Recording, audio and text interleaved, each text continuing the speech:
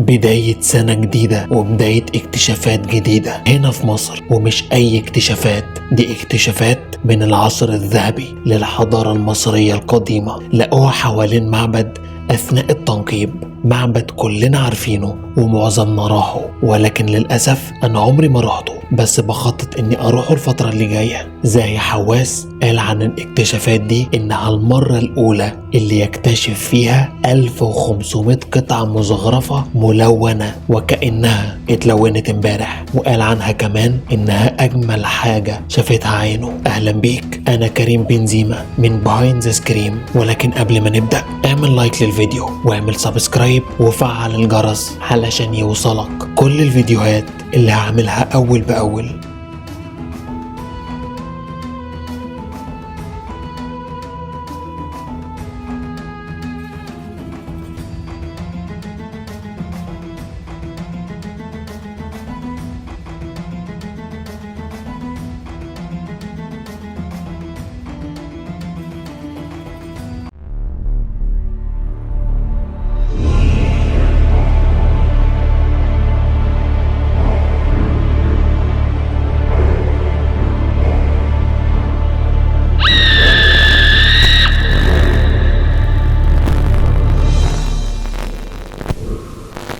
يوم الأربع اللي فات، وتحديدا 8 يناير 2025، في ظلال معبد الملكة الفرعونية حتشبسوت بالدير البحري في الأقصر، تم العثور على مقبرة جحوتيمس المشرف على قصر الملكة تيتيشيري جدة الملك أحمس اللي حرر مصر من الهكسوس. كمان لقوا بقايا سليمة، البقايا دي كانت جزء من معبد الوادي، المعبد اللي كان موجود على بوابات الدخول الرئيسية لمعبد الملكة حتشبسوت.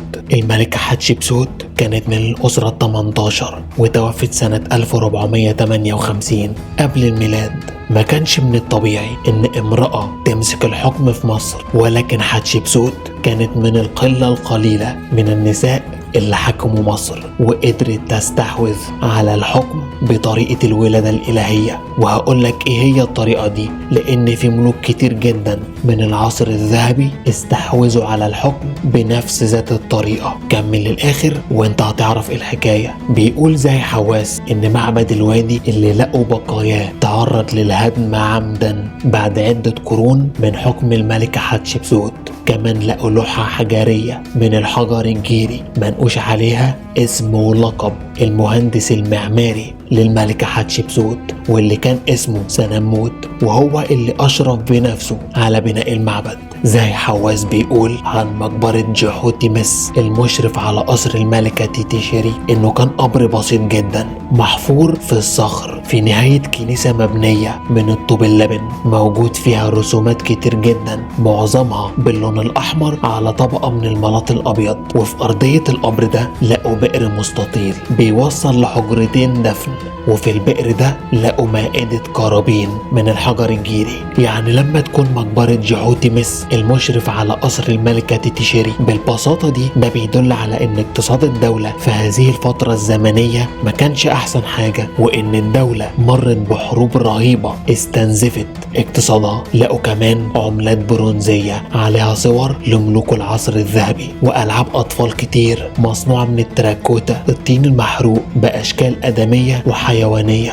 ولقوا عدد رهيب من قطع الكرتوناج، وهو نوع من المواد المستخدمة في غلاف التوابيت والماسكات اللي بتغطي وش الموميا. نرجع بقى لأهم نقطة، ازاي الملكة حتشبسوت مسكت حكم مصر، مع ان ده ما كانش طبيعي ان امرأة تمسك الحكم. بصراحة دي قصة يطول شرحها، خصوصا ان حتشبسوت كانت بنت ملوك اصلا، ولكن القدماء المصريين كانوا بيستخدموا طريقة الولادة الإلهية علشان ياكلوا بيها عقول الشعوب ويحسسوهم انهم ابناء آلهة. الولادة الإلهية هي قصة اختلقها الملوك المصريين علشان يثبتوا شرعيتهم في حكم البلاد، علشان يأكدوا ان حكمهم مقدس ولازم يحصل، وإلا الآلهة هتغضب. وده كان باتفاق مع كبارات الكهنة. كبار الكهنة كانوا بيطلعوا لعامة الشعب ويقولوا ان الملك ده ابن إله، وان عروقه بيمشي فيها دماء إلهية، فبالتالي هو اللي ليه الحق في حكم البلاد، ولو ما مسكش الحكم الآلهة هتنزل غضبها علينا. وطبعا انت عارف لو ما مسكش الحكم فعلا ايه اللي هيحصل. ابتدت الكذبة دي مع ملوك الأسرة الخمسة، هم أول من استخدموا الحكاية دي ودونوها في بردية هوستكار اللي بتحكي قصة 3 ملوك من الأسرة الخمسة أبناء إله الشمس رع، أسر كاف صاحو رع نفر إركا رع، اللي ليهم الأحقية في حكم البلاد، واللي ظهر في فترة حكمهم إله الشمس رع، وكانت مصر كلها بتعبده. اتطورت الفكرة ووصلت لعصر الدولة الحديثة، وخصوصا الأسرة ال18 اللي كانت منها الملكة حتشبسوت، واللي سجلت على جدران معبدها أحداث مولدها الإلهي. الإله أمون تجسد في صورة بشرية وتزوج من والدتها وأنجبه حتشبسوت، فبالتالي هي اللي ليها الحق في الجلوس على العرش، وإلا انت عارف بقى ايه اللي هيحصل. وابتدى يبقى في معابد بتتعمل مخصوص علشان يسجلوا فيها وينقشوا على جدرانها تفاصيل هذا الحدث العظيم، وهو نزول الإله والتجسد في صورة بشرية والزواج من امرأة وإنجاب طفل يسري في عروقه دماء إلهية علشان يجي ويستعبد الشعب.